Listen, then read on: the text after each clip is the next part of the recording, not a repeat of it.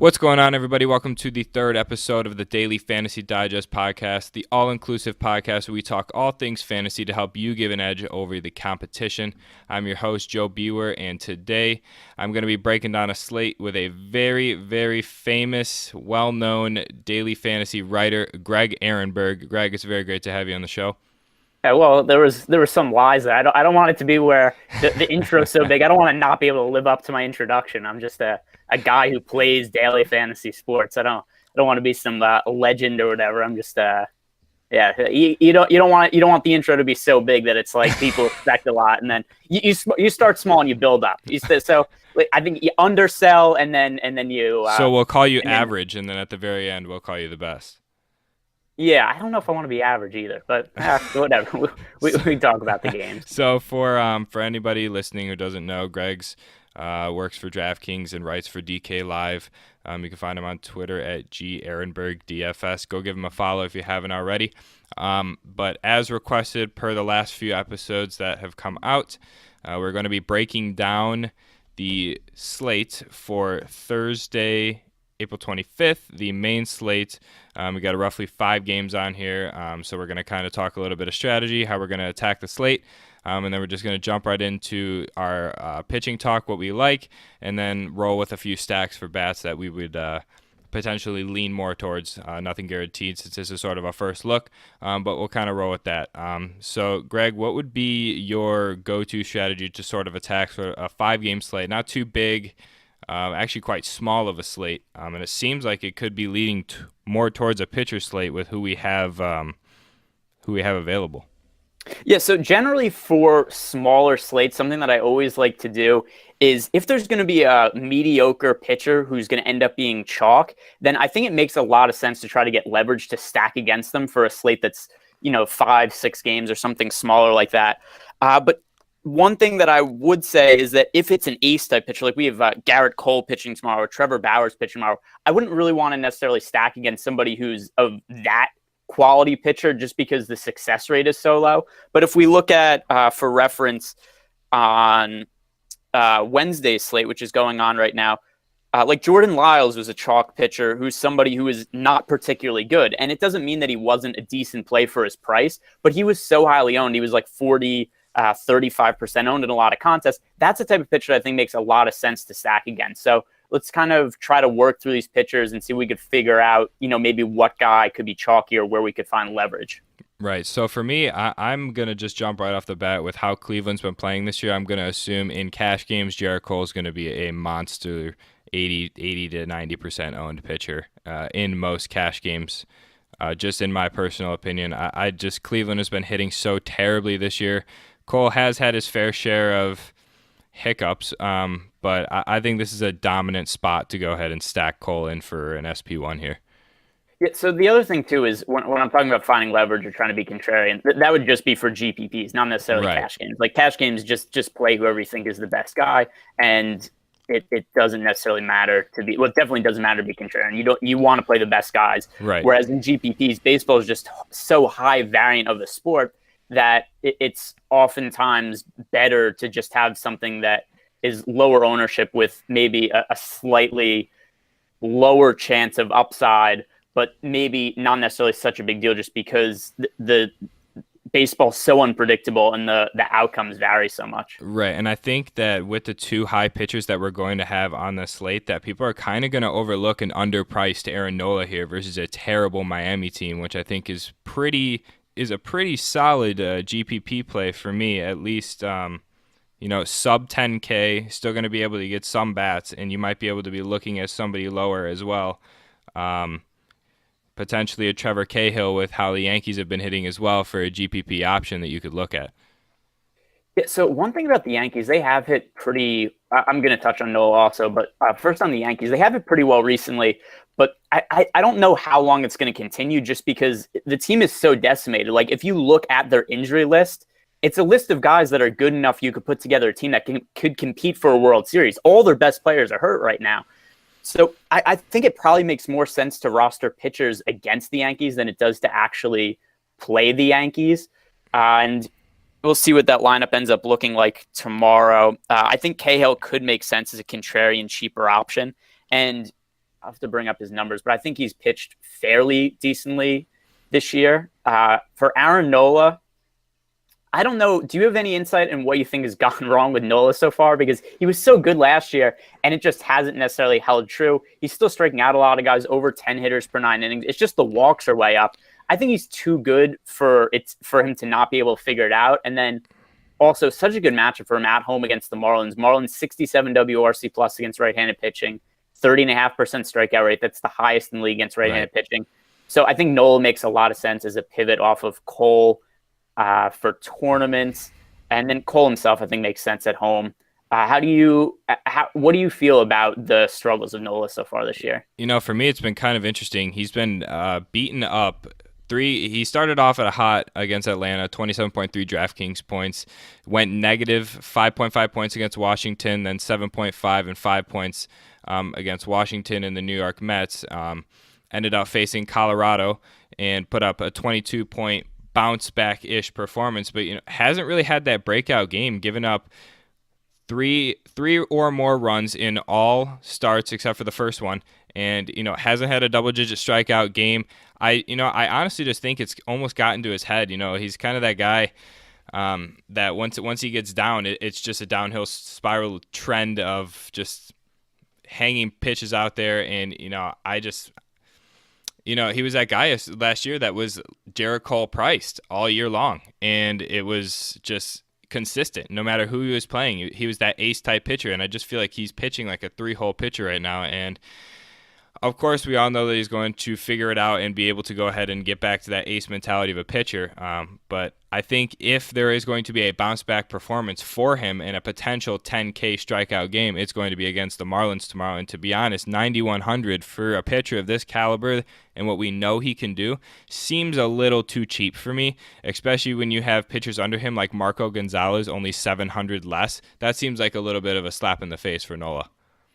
Yeah, I think he's too cheap based on his historical performance. One thing that I do really like to look at when I'm evaluating pitchers, especially this early in the season, because it's only been a few games, is I'll look at historical pricing, because 5 games or 4 starts, whatever it may be, is often not like a lot of a sample size to go off of, and maybe we can't really read too much into it.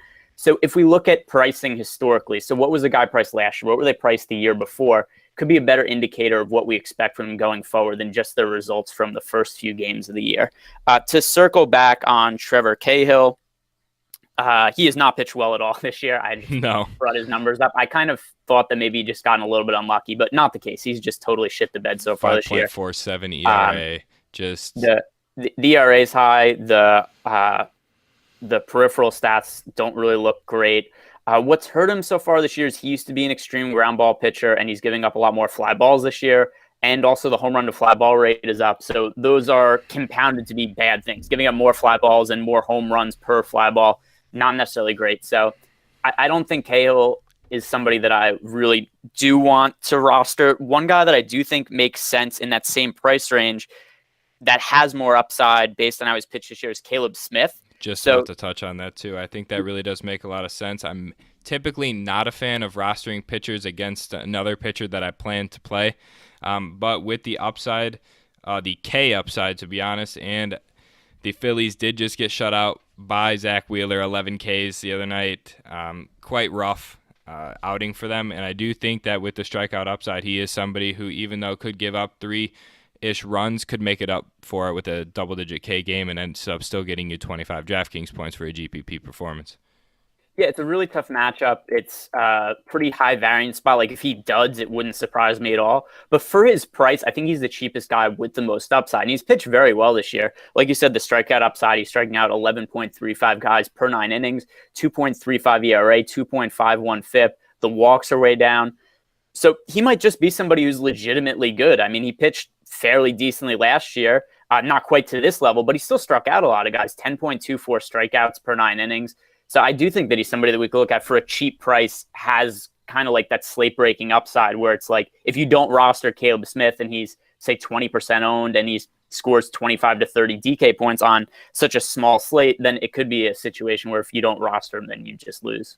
Right. And I definitely agree that probably Nola and I would say it would probably rank Nola, Smith, and then Cahill if you really need that extra salary.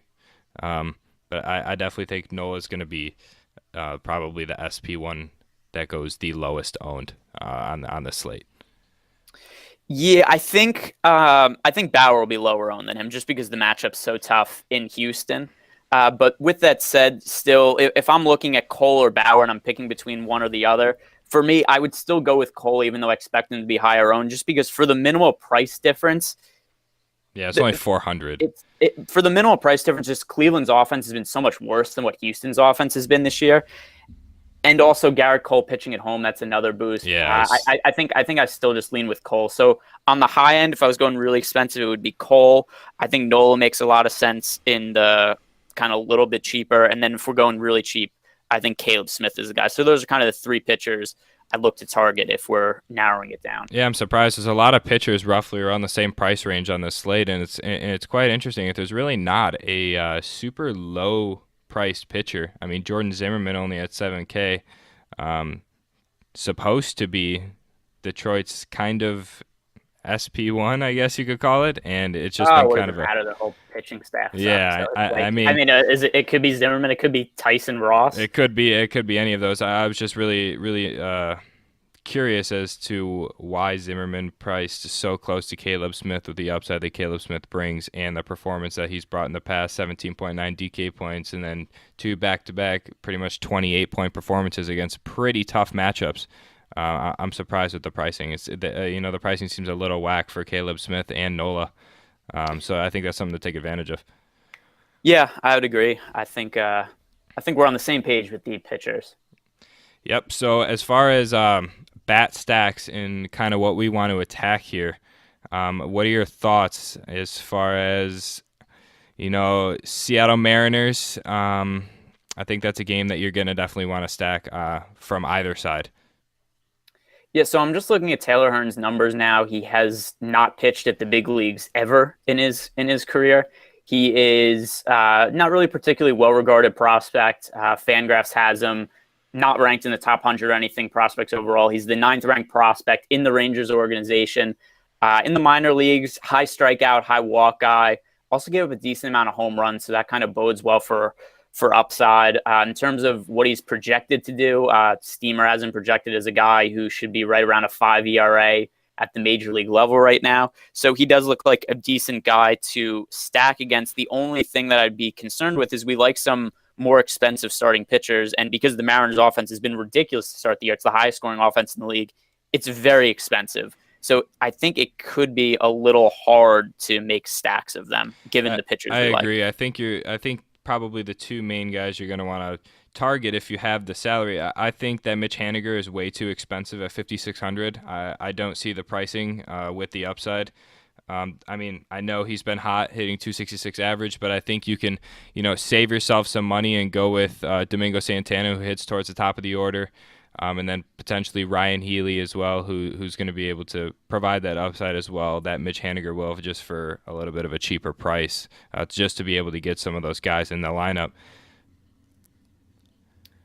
Yeah, so I'm looking through. It's actually pretty hard to find cheap offenses that I think are viable for this slate. One that I think could make sense is the Detroit Tigers, just because Porcello's been so awful this year. He can't find the strike zone at all. He's walking 6.88 hitters per 9 innings. And the Tigers' offense hasn't been good against right-handed pitching. But still, I think that Porcello hasn't been able to get anybody out. He wasn't particularly great the last couple of seasons either, 4.65, 4.28 ERA. The last couple of seasons. So I think the Tigers could be a team that I'm looking at as a good salary saving stack. Candelario's been hitting towards the top of the lineup. He's only 3,600. Nico Goodrum, 4,300. That's not too expensive.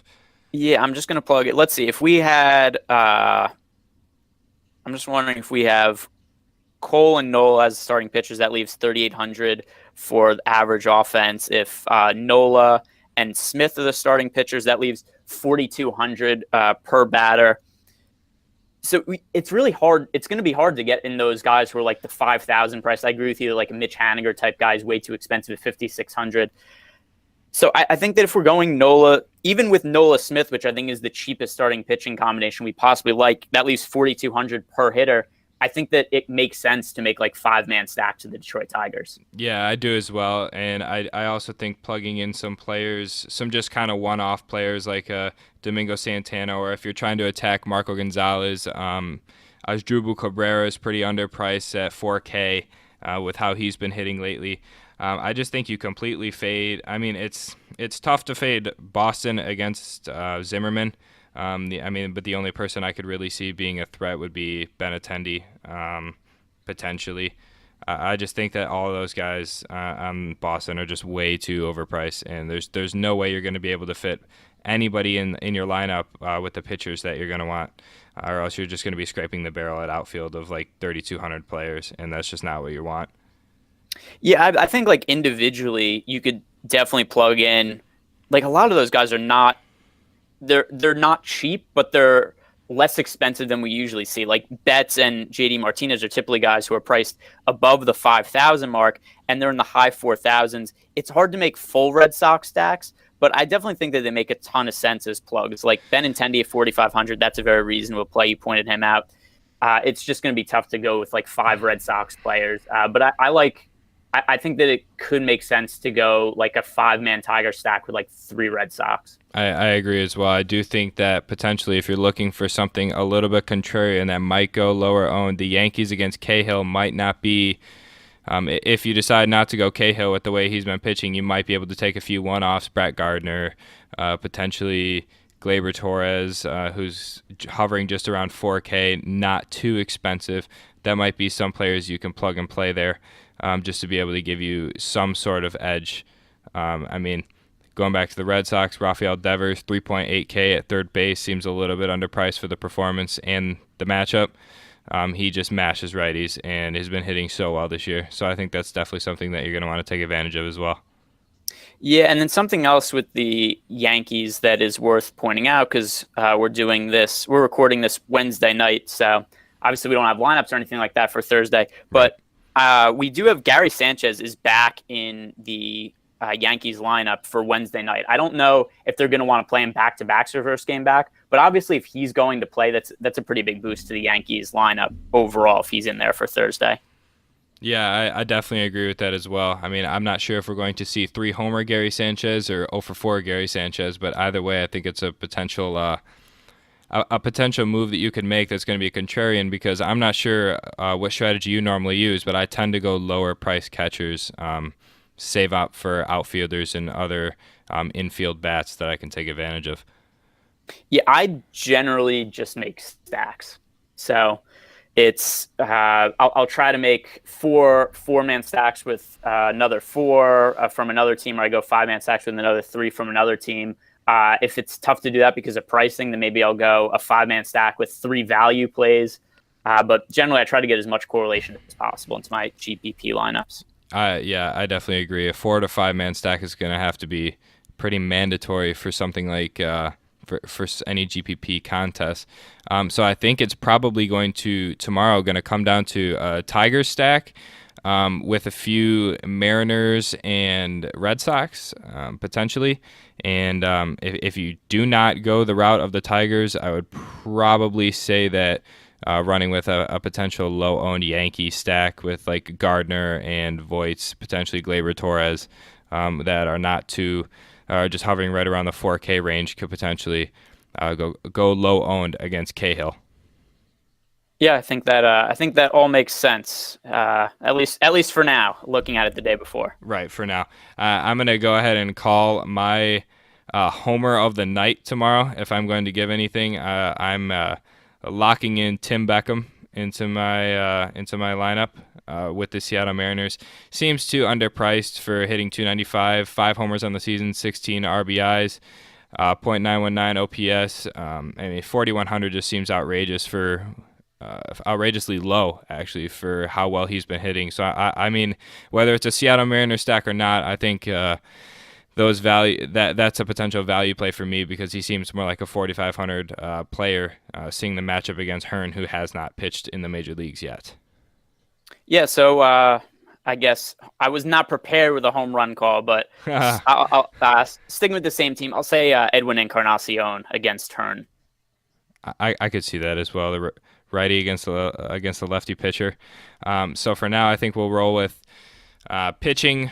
We can see Nola, probably the lower owned SP1, matching up against the Marlins, and then we can also see Caleb Smith matching up against the Phillies on the other side to potentially give you that upside that you need for that GPP for those GPP contests. Stacking, I think that the route of attacking the Tigers or attacking the Red Sox by using a Tigers lineup, you have too many lower-owned players against Porcello, who's just been awful this year. No matter if it's righties or lefties hitting against Porcello, he's just been dreadful. And I think that's a way to go. Castellanos is severely underpriced. Goodrum, Candelario, you can get a 3 to 4 man stack out of there in a GPP that's going to go less than 20% owned and be able to give you that edge. And then I think going ahead and filling in a couple Mariners, Tim Beckham, Encarnacion, people like that if you have the salary, and then filling in potentially with a Boston Red Sox like Benintendi, I think is probably going to be the only Red Sox.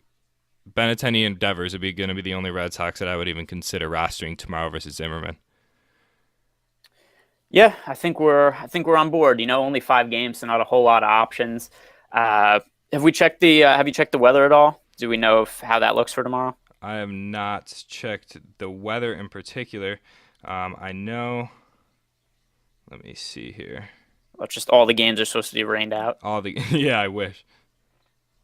No, it looks clear. 0% chance of rain in all of the later games. So it looks like we're gonna have a fully loaded slate. Every game's gonna be in play. If you're playing cash, it's basically the Jarrett Cole, and I would say if you're playing cash, Jarrett Cole and Aaron Nola are probably going to be your 2 pitchers that you're going to want to target, and then rolling bats out from there is probably going to be a little challenging with how pricing they are, but you kind of can't fade too high-priced, like quality pitchers in very, very good spots. I don't think you can fade that, especially in cash. Yeah, I would be on board with that as well. And then stacking from there would just be, in cash, I'm more of a 2 guys from each team sort of strategy. Not really going to be 5-man stacking in cash. Yeah, I think pretty straightforward for now. Yeah, I mean there's not a whole lot to look at with 5 games. Yeah, so I mean this is just a quick breakdown. I just wanted to go ahead and give you guys the breakdown of the 5-game slate. Brought Greg on since he is the pro that knows the numbers and everything that goes into writing these DFS articles. You can go ahead and find him over on DK Live. Go ahead and give him a follow. He puts out daily articles, MLB, NBA, whatever it may be. And so go ahead and show him some love. And there'll be a lot more breakdowns in the future. I'm sure we can expect to have Greg on maybe a couple more times to go ahead and break down a slate with us. And hopefully whatever insight we gave today would help you guys win some money in your lineups. So I appreciate you having on the show, Greg. Yeah, nice meeting you. All right, for sure. See you later.